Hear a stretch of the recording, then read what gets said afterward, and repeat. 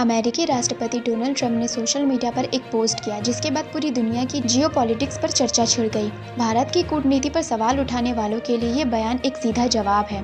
भारत की रणनीति ने न सिर्फ ट्रंप बल्कि उनकी पूरी नीति को घुटनों पर ला खड़ा किया है। ट्रंप जो भारत पर 50% टैरिफ लगाकर दबाव बनाने की कोशिश कर रहे थे, अब मानो हार मान चुके हैं। ट्रुथ सोशल प्लेटफॉर्म पर उन्होंने रूसी राष्ट्रपति व्लादिमीर पुतिन, चीनी राष्ट्रपति शी जिनपिंग और भारतीय प्रधानमंत्री नरेंद्र मोदी की एक फोटो साझा करते हुए लिखा, लगता है हमने भारत और रूस को चीन के हाथों खो दिया है। ये बयान साफ दिखाता है कि ट्रंप अब अपनी नीतियों पर खुद ही नाराज और निराश है। उन्होंने हताशा भरे लहजे में कहा कि उम्मीद करता हूँ तीनों देश मिलकर लंबे और अच्छे भविष्य की ओर बढ़ेंगे। उनके शब्दों से ये स्पष्ट हो गया कि भारत को खो देना उनकी रणनीति की सबसे बड़ी विफलता साबित हुई है। दरअसल अमेरिका और भारत के रिश्ते इन दिनों तनावपूर्ण दौर से गुजर रहे हैं। ट्रंप द्वारा भारत पर टैरिफ लगाने को अमेरिका में ही उनकी सबसे बड़ी भूल बताया जा रहा है। कई विशेषज्ञों का मानना है कि इससे 25 साल की दोस्ती एक झटके में कमजोर हो गई।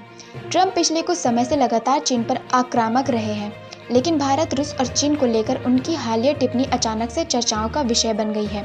याद दिला दी कि ट्रंप बार बार भारत पर दबाव डालते रहे कि वो रूस से तेल ना खरीदे, लेकिन भारत ने स्पष्ट कर दिया कि अपनी ऊर्जा सुरक्षा के लिए तेल खरीदना जारी रहेगा। इतना ही नहीं, अमेरिका और भारत के बीच अब तक कोई ट्रेड डील भी फाइनल नहीं हो पाई है। जब भारत पर दबाव काम नहीं आया तो ट्रंप ने यूरोप पर दबाव बनाना शुरू किया। एक यूरोपीय बैठक में तो उन्होंने यहाँ तक कहा कि यूरोप भारत से तेल खरीदना बंद करे क्योंकि भारत रूसी तेल बेच रहा है। लेकिन अब ट्रंप का ये बयान उनकी कूटनीतिक गलती का साफ इशारा है। इसे सुधारने की शुरुआती कोशिश के रूप में भी देखा जा रहा है, मगर हकीकत यही है कि इस बयान के बाद भारत की स्थिति और मजबूत हो गई है। दबाव बनाने की रणनीति उल्टी पड़ गई है और अब ट्रंप खुद दबाव में दिख रहे हैं।